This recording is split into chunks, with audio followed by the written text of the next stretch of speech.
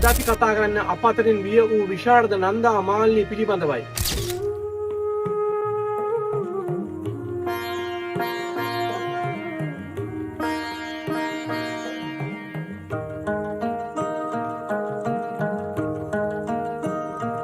කොළඹ කොටේනේ කාසි චෙට්ටිවත්තේ 7 වෙනි පටුපගේ එල්පත් නිවාසික ජීවත් වූ මේ පුංචි දැරිය මිරියාන ආරච්චිගේ නන්දා මාලිනී පෙරේරායි. එම කටුක පරිසරයේ හැදී වැඩුණු ඇය මිරියාන ආරච්චිගේ වින්සන් පෙරේරා සහ අලුත්ගම ලේවන්දුව එමලි පෙරේරා යුවලට දාව 1943 අගෝස්තු 23 වෙනි දින වර්තමානයේ AHM පෞසි මාර්තු සායන රෝහල හෙවත් කුණුමෝල රෝහලේදී උපත ලබන්නේ සහෝදර සහෝදරියන් 9 දෙනෙකුගෙන් යුත් පවුලේ 3 වෙනියා ලෙසයි. ඔහුගේ පියා එම ප්‍රදේශයේ ප්‍රකටව සිටියේ කෝඩ් බාසුන් නැහැ ලෙසින්. හේතුව වූයේ ඔහු දවල් කාලයේ හයිඩ්‍රාමනි ආයතනයේ වැඩ කරන අතර රාත්‍රී කාලයේ නිවසට පැමිණ ඇඳුම් මසා සොච්චම් මුදලක් උපයා ගන්නා නිසාය. පාසල් දමාගෙන යාම සඳ සපත්තු කුට්ටක් නොතිබූ නිසා ලී කට්ටා දමා ගිය අතර තිබූ එකම ගවුම රාත්‍රියේ සෝදා ඇගේ අක්කා සමග මාරුවෙන් මාරුවට පාසලට ඇන්දාය. ඇයිස අවුරුදු 5දී ගලපටන රෝගයෙන් පීඩා වින්ද ඇය මාස 6කින් පසු සුවපත් වූයේ හාස්කමකිනි.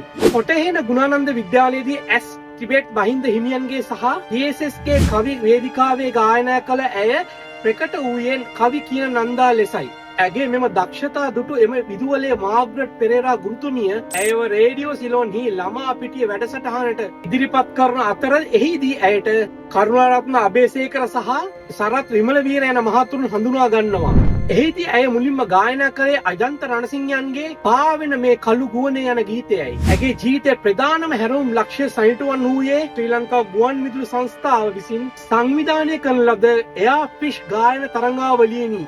PSB රාණිගේ ගීතයක් ගායනා කරමින් ඇය එහි ප්‍රථම ස්ථානය දිනාගත් අතර එහි දෙවන ස්ථානය හිමි වූයේ ආචාර්ය වික්ටර් රත්නායකටත් දෙවන ස්ථානය හිමි වූයේ ප්‍රවීණ රංග ශිල්පී රෙක්ස් කොඩිපිලි මහතාටය. එහිදී ඇයට තෑග්ගක් වශයෙන් ලැබුණේ ඉන්දියාවේ මුම්බයි වෙත යාම සඳහා ගුවන් ප්‍රවේශපත් දෙකකි.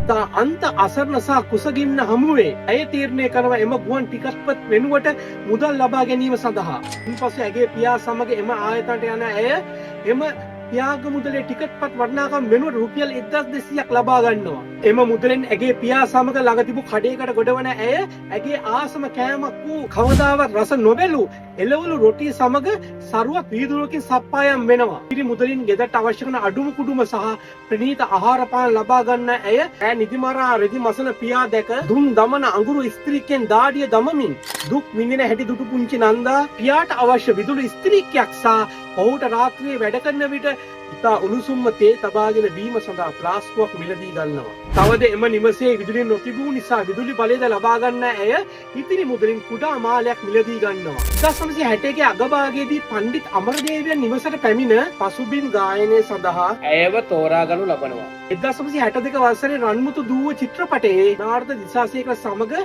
ගලන ගඟගේ ජීවිතයේ ගීතය ගැයීමට ඇයට අවස්ථාවක් උදා වෙනවා. එවකට 16 හැවිරිදී පසු ඇය මයික්‍රොෆෝනයට උසමදි නිසා ශබ්ද පරිපාලක මර්වින් රුද්‍රිගෝ විසින් ඇයට බම්බුවක් ලබා දී ඒ මත සිටුවා ගීතය ගායනා කරන ලදී. ඒ ගීතය වෙනුවෙන් 1964 වසරේදී සරසවි සම්මාන උළෙලේදී හොඳම ගායිකාවට හිමි සම්මානය දිනාගත් අතර 80 ලක්නෝ බාග් ඛණ්ඩයේ සංගීත සරසවියෙන් සංගීත විශාරද උපාධිය සම්පූර්ණ කරනවා. කිසිදා දුම්වැටියක් හෝ මත්පැන් පානය නොකළ තම පියාගේ මරණයෙන් බලවත්සේ කම්පා වන ඇය බුදු තාත්තේ බොන්න එපා කියන ගීතය ගායනා කරන අතර එම ගීතය නිසා සමාජ සමච්චලයට ලක්වන ඇය බලවත්සේ සිත්තවට පත් වූ බව අසුයිතා දුකකින් ප්‍රසිද්ධ මාධ්‍ය ආයතනික මාධ්‍ය වැඩසටහනකදී ඇය පවසා තිබුණා. කිසිදා නවීන උපකරණයක් හෝ ජංගම දුරකථනයක් පාවිච්චි නොකළ ඇය සුදු අතින් පමණක් සැරසී මැක්සිම් ගෝර්කීගේ අම්මා නවකතාව නිතරම කියවන ඇය නන්දා මාලිනී ඇස්කොසන්ඩා යන විරුදාවලියලත් දෙමූන් උඩවැඩියා මලකින්ද පිටුන් ලැබූ